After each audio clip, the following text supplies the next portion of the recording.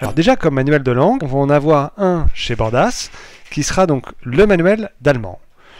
Ce sera la collection Wanderlust, et vous l'aurez donc pour les secondes, premières et terminales. Attention, ce manuel n'est pas encore paru, il sera par contre disponible à la commande dès maintenant, et vous pourrez en disposer à la rentrée de septembre 2021. C'est un peu pareil chez Nathan, où on va avoir un catalogue de langues un peu plus fourni, puisqu'on va proposer donc l'anglais, l'espagnol, l'allemand, l'italien, et tous ces manuels en fait seront disponibles entre maintenant et la rentrée de septembre 2021. Mais vous pouvez les commander. Alors on va regarder quand même comment se composent ces manuels avec l'exemple du manuel d'anglais, l'exemple Shine Bright. Donc tous ces manuels en fait seront disponibles pour les secondes, les premières et les terminales.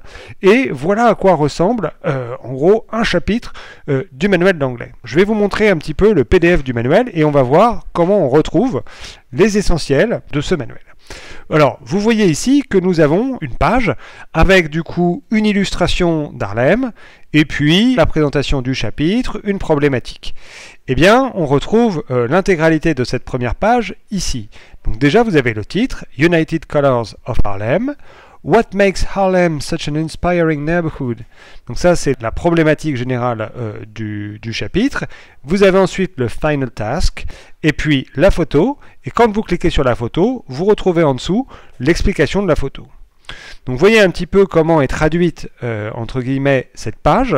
Vous retrouvez bien l'ensemble des éléments, mais chacun va être rangé à sa place. Quand on regarde en fait la page suivante dans le manuel, on va trouver un repère un petit peu géographique avec une carte générale de la ville de New York, un gros plan sur le quartier d'Harlem, et puis un certain nombre de présentations. Derrière cette photo, vous avez ici ce qu'on appelle un live, c'est-à-dire en fait un texte lu en anglais. Dans la présentation du manuel granulaire, vous retrouvez la carte de New York en gros plan.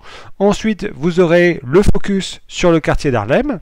Et juste après, on va retrouver donc les mots de vocabulaire et surtout l'histoire d'Harlem au format audio. On retrouve bien l'intégralité du manuel granulaire, mais vous y trouverez aussi directement insérées dans le manuel toutes les ressources interactives. Alors, on a des ressources interactives un peu partout dans le manuel. Vous voyez ici, on a un audio sur The Harlem Renaissance.